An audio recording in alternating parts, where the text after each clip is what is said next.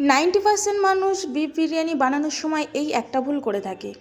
ম্যারিনেশনের সময় ঠিক এই মশলাগুলো বাদ পড়ে যায় এবং সেখানেই কিন্তু নষ্ট হয়ে যায় বিরিয়ানির আসল স্বাদ। আজ আমি দেখাবো কোন মশলাগুলো দিলে বিফ হবে একদম সফট আর জুসি আর বিরিয়ানি হবে একদম নেক্সট লেভেলের। বিরিয়ানি রান্নার জন্য 1.5 কেজি পরিমাণে মাংস নিয়েছি। আর দেখো এটা দোকান থেকে পিস করে কেটে আনা হয়েছে ঠিক এই রকম। সর্বপ্রথম এর মধ্যে অ্যাড করে দিচ্ছি টক দই।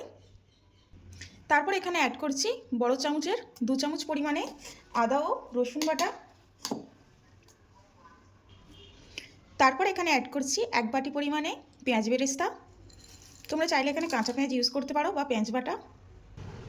এখানে অ্যাড করছি এখন টমেটো কেচাপ। টমেটো কেচাপ দিলে কালারটা খুব সুন্দর আসে আর স্বাদটাও কিন্তু দ্বিগুণ হয়ে যায়। তারপর এখানে অ্যাড করছি 1 চা চামচ পরিমাণে দেখো ভর্তি করে বিরিয়ানির গুঁড়ো মশলা। এখানে কিন্তু আমি কোনো গোটা মশলা ইউজ করিনি, আমি কিন্তু সব গুঁড়ো মশলা ইউজ করছি, বিরিয়ানির যেই গুঁড়ো মশলাগুলো লাগে আর কি। তো এক্সট্রা করে আর কোনো গোটা গরম মশলা আমি এখানে ইউজ করব না, কারণ এই একটা মশলার মধ্যে কিন্তু সব কিছু দেওয়া আছে। আর তোমরা যদি চাও তো এই মশলা রেসিপি আমি পরে আপলোড করে দেবো, যদি তোমাদের রেসিপি লাগে তো আমাকে কমেন্টে লিখে জানাতে পারো। দিয়ে দিচ্ছি স্বাদ মতো লবণ, 1 চা চামচ পরিমাণে লাল লঙ্কার গুঁড়ো, আমি এখানে হলুদ গুঁড়োটা স্কিপ করছি, 1/2 চামচ পরিমাণ ইউজ করছি জিরের গুঁড়ো, আর এখানে ইউজ করছি 1 চা চামচ পরিমাণে ধনিয়ার গুঁড়ো। তারপর আমি এখানে ইউজ করছি 1 চামচ পরিমাণে জল, এটা ইউজ করলে খুব দারুণ একটা ফ্লেভার আসে। তারপর আমি এখানে অ্যাড করছি পরিমাণ মতো সরিষার তেল। সরিষার তেল অ্যাড করলে ম্যারিনেশনটা খুব সুন্দর হয়। এবার আমি হাত দিয়ে পুরো মাংসটাকে খুব ভালোভাবে মেখে ফেলবো।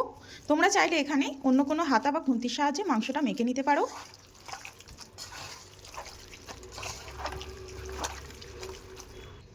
শুধুমাত্র এই কয়েকটা উপকরণ দিয়েই কিন্তু বিরিয়ানির মাংসটা খুব সুন্দরভাবে ম্যারিনেশন করা হয়ে যায়, আর রান্না করার পরও কিন্তু খেতে অনেক টেস্টি লাগে। শুধুমাত্র বিরিয়ানি ছাড়াও তোমরা এইভাবে মাংস ম্যারিনেশন করে মাংস ভুনাও রান্না করে দেখতে পারো, অনেক টেস্টি হয়। অথবা পোলাওয়ের জন্য যখন কি রান্না করবে ভেবে পাচ্ছ না, তো এইভাবে মাংস ম্যারিনেট করে বাড়িতে ঝাল ঝাল করে মাংস ভুনা রেডি করে ফেলো, দেখবে অনেক সুস্বাদু হবে। আর যারা খাবে তারাও সবাই প্রশংসা করবে। দেখো ম্যারিনেশনের জন্য সমস্ত মাংসটা কিন্তু খুব ভালোভাবে মেখে নিয়েছি।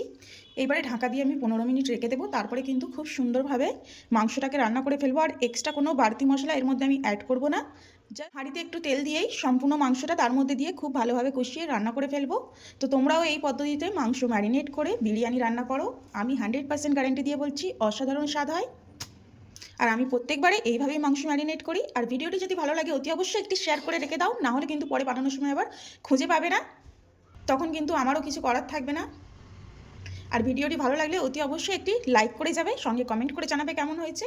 আর ভিডিওটি একটু বেশি বেশি শেয়ার করে দাও, অতি অবশ্যই নিজে টাইমলাইনে শেয়ার করে রাখবে, নাহলে কিন্তু বানানোর সময় আবার প্রবলেম হয়ে যাবে, তখন কিন্তু আমারও কিছু করার থাকবে না। আর যারা নতুন আছো তারা নতুন নতুন রেসিপি পাওয়ার জন্য অতি অবশ্যই আমাকে ফলো করে নাও ফেসবুক ও ইনস্টাগ্রামে। আর আরও নতুন নতুন রেসিপি দেখতে হলে আমার ইউটিউব চ্যানেলে জয়েন করে নাও। ধন্যবাদ সম্পূর্ণ রেসিপিটি দেখার জন্য।